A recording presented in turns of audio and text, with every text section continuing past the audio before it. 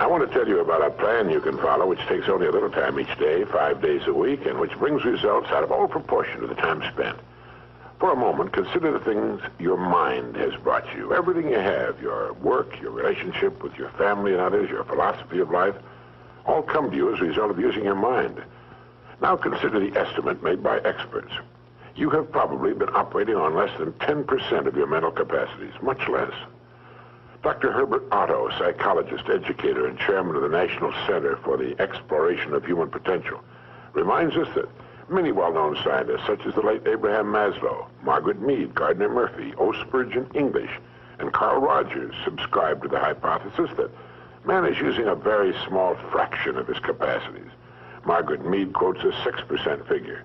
Herbert Otto writes, "My own estimate is 5% or less." Neurological research at the UCLA Brain Research Institute points to enormous abilities latent in everyone by suggesting an incredible hypothesis. The ultimate creative capacity of the human brain may be, for all practical purposes, they pointed out, infinite. To use the computer analogy, man is a vast storehouse of data, but we have not learned how to program ourselves to utilize these data for problem-solving purposes. Yefremov, the eminent Soviet scholar and writer, says man under average conditions of work and life uses only a small part of his thinking equipment.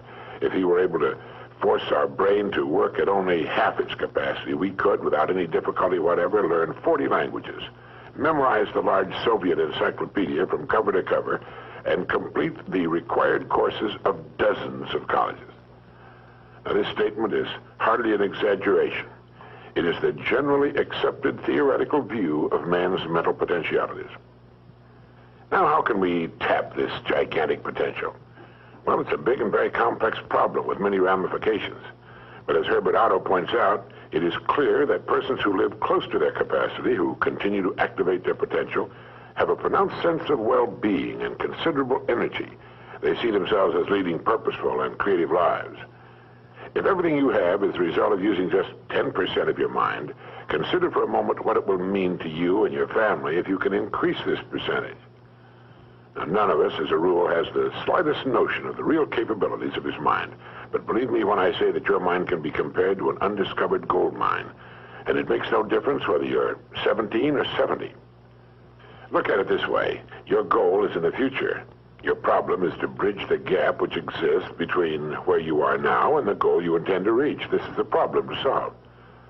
Robert Seashore, when chairman of the Department of Psychology at Northwestern University, pointed out that successful people are not people without problems. They're simply people who've learned to solve their problems. And there you have it.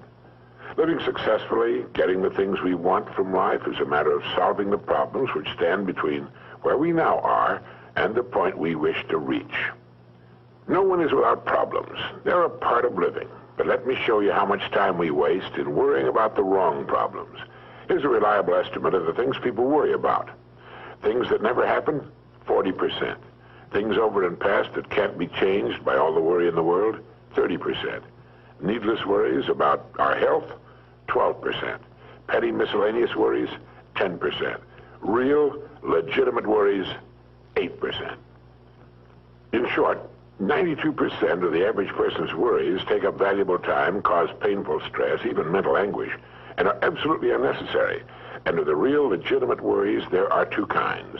There are the problems we can solve, and there are the problems beyond our ability to personally solve. But most of our real problems usually fall into the first group, the ones we can solve if we learn how. Now, I'm going to assume you've decided upon a goal. Your problem is, how do I achieve it?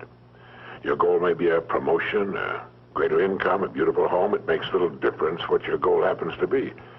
But you have your goal, and you know that you will become and you will achieve what you think about. That is, if you stay with it, you will reach your goal. But how? Well, it's right here that your mind comes into play. What is your mind? No one knows for sure. Perhaps the best way to describe it is to quote Pulitzer Prize-winning playwright Archibald MacLeish.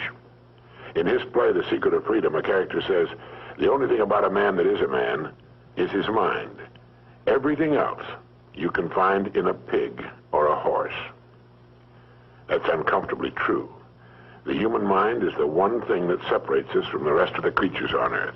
Anything that comes to us in the future will almost certainly come to us as a result of the extent to which we use our minds. And yet it's the last place on Earth the average person will turn to for help.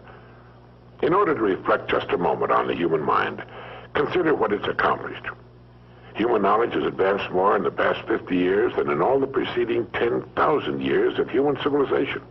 Of all the scientists who ever lived, it's estimated that 90% of them are alive today. We've reached in the area of ideas and human advancement a plateau so high it was undreamed of by even the most optimistic forecasters as recently as 10 years ago. But every new idea triggers additional ideas, so that now we're in an era of compounding advancement on every front and in every area that staggers the imagination. Dr. Harlow Shapley of Harvard has said that we're entering an entirely new age of man. He calls it the psychozoic age, the age of the mind. And you own one, free and clear. Now let's look at a few facts. Now, the average working person has at his disposal an enormous amount of free time. In fact, if you total the hours in a year and subtract the sleeping hours, if he sleeps 8 hours every night, you'll find he has almost 6,000 waking hours, of which he spends less than 2,000 on the job. Now, this leaves him 4,000 hours a year when he's neither working nor sleeping. These can be called discretionary hours, with which we can do pretty much as we please. At least, our minds are free. Now, so you can see the amazing results in your life, I want to recommend that you take just 1 hour a day, 5 days a week, and devote this hour to exercising your mind. Pick 1 hour a day on which you can fairly regularly count. And during this hour every day, take a completely blank sheet of paper. At the top of the page, write your present primary goal, clearly, simply. Then, since our future depends upon the way in which we handle our work, write down as many ideas as you can for improving that which you now do. Try to think of 20 possible ways in which the activity that fills your day can be improved. You won't always get 20, but even one idea is good. Now remember 2 important points with regard to this. 1, this is not particularly easy, and 2, most of your ideas won't be any good. Now, when I say it's not easy, I mean it's like starting any new habit. At first, you'll find your mind a little reluctant to be hauled up and out of the old familiar rut. But as you think about your work and ways in which it might be improved, write down every idea that pops into your mind, no matter how absurd it might seem. Let me tell you what will happen. Some of your ideas will be good and worth testing. The most important thing this extra hour accomplishes, however, is that it deeply embeds your goal into your subconscious mind, starts the whole vital machinery working. And 20 ideas a day, if you can come up with that many, total 100 a week, even if you don't think on weekends. An hour a day, 5 days a week, totals 260 hours a year, and still leaves you 3,740 hours of free leisure time. Now, this means you'll be thinking about your goal and ways of improving your performance, increasing your service, 6.5 full extra working weeks a year. 6.5 40-hour weeks devoted to thinking and planning. Can you see how easy it is to rise above the so-called competition? And will still leave you with 15 hours a day to spend as you please. Starting each day thinking, you'll find that your mind will continue to work all day long. You'll find that at odd moments, when you least expect it, really great ideas will begin to pop into your mind. And when they do, write them down as soon as you can. Just one great idea can completely revolutionize your work and, as a result, your life.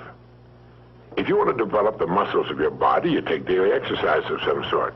Well, the mind is developed in the same way, except that the returns are out of all conceivable proportion to the time and energy spent. I've used this system for years, and it's given me some of the most gratifying and rewarding experiences of my life. And it costs only 5 hours a week. 5 hours out of 168. Is it worth it? It's like spending 5 hours a week digging in a solid vein of pure gold, because your mind is all of that and much more. Each time you write your goal at the top of the sheet of paper, don't worry or become concerned about it. Think of it as only waiting to be reached, a problem only waiting to be solved.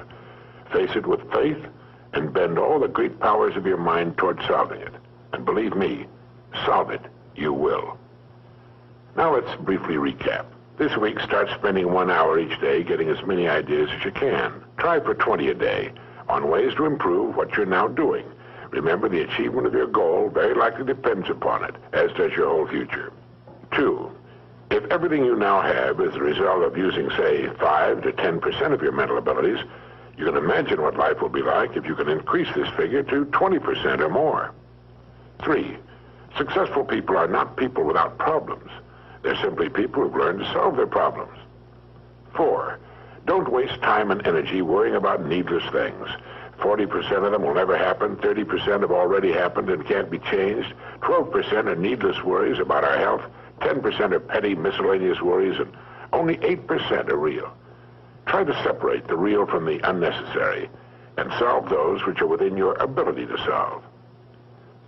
Last of all, the only thing in the world that can take you to your goals in life is your mind, its effective use, and following through on the good ideas it supplies you. Each of us has a tendency to underestimate his or her own abilities. We should realize that we have, deep within ourselves, a reservoir of great ability, even genius, that can be tapped if we'll just dig deep enough. It's the miracle of your mind.